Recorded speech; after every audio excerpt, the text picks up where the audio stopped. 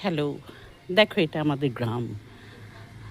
আমাদের ফার্ম হাউসটা দেখো, এই পাশেরটা হলো আমাদের ফার্ম হাউস। তো আমাদের এই ফার্ম হাউসটার বয়স মিনিমাম 100 বছর। তো যখন আমাদের এই ফার্ম হাউসটা কেনা হয়, তখন আমাদের অনেক গরু, ছাগল এগুলো ছিল, মোষ ছিল ধান খেতে ধান করার জন্যে, পুকুর ছিল মাছ ধরার জন্যে। আমাদের বাড়িতে অনেক স্টাফ কাজ করতো, তারা সবাই আমাদের বাড়িতে থাকতো, তাদের জন্য আলাদা ঘর ছিল।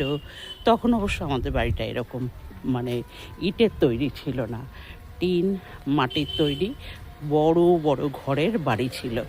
আর এই যে আশেপাশের বাড়িগুলো দেখতে পাচ্ছ, এগুলো সব খড়ের বাড়ি ছিল, মাটির দেওয়াল দেওয়া খড়ের বাড়ি। আমি এই ভিডিওটা এই জন্যে করছি, এখন দেখো এই পুরো পাড়াটায় কোথাও আর মাটির বাড়ি নেই। কারণ আছে, যেমনি বাড়িগুলোর উন্নতি হয়েছে সেরকম এই পুরো এরিয়ার উন্নতি হয়েছে। এখন এটাকে আর গ্রাম বলা যায় না। আমাদের গ্রাম থেকে একটুখানি 1/2 কিলোমিটারও নয়,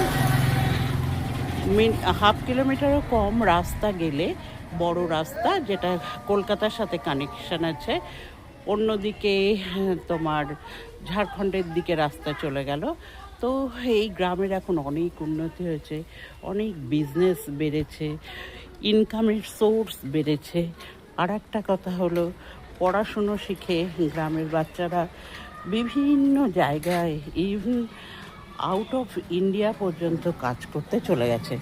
দেখো এখনও লোকে অতি সিম্পল লাইফ লিড করে, অতি সিম্পলভাবে সাধারণ গাড়ি ঘোড়ায় চড়ে কাজ করে। এই দেখো আমার সামনে যে মেয়েটা যাচ্ছে, ও কলেজে পড়ে, পিঠে ব্যাগ নিয়ে হেঁটে চলছে। তো এখানে একটা কম্বিনেশন আছে, সিম্পলিসিটি সাথে হলো উন্নতি। রাস্তাঘাট দেখো, আমরা যখন একদম ছোট ছিলাম এই পুরো রাস্তাটা ছিল মাটি, বর্ষাকালে একদম চলা মুশকিল ছিল। যাই হোক, এই উন্নতির জন্য ভালো লাগছে। ওই দেখো সামনে একটা গাড়ি আসছে, এইসব গাড়িতে মেনলি এগ্রিকালচারের কাজকর্ম করা হয়। ওকে, ভিডিওটা বড় হয়ে যাবে, এই জন্যে আজকের মতো বাই বাই বলছি।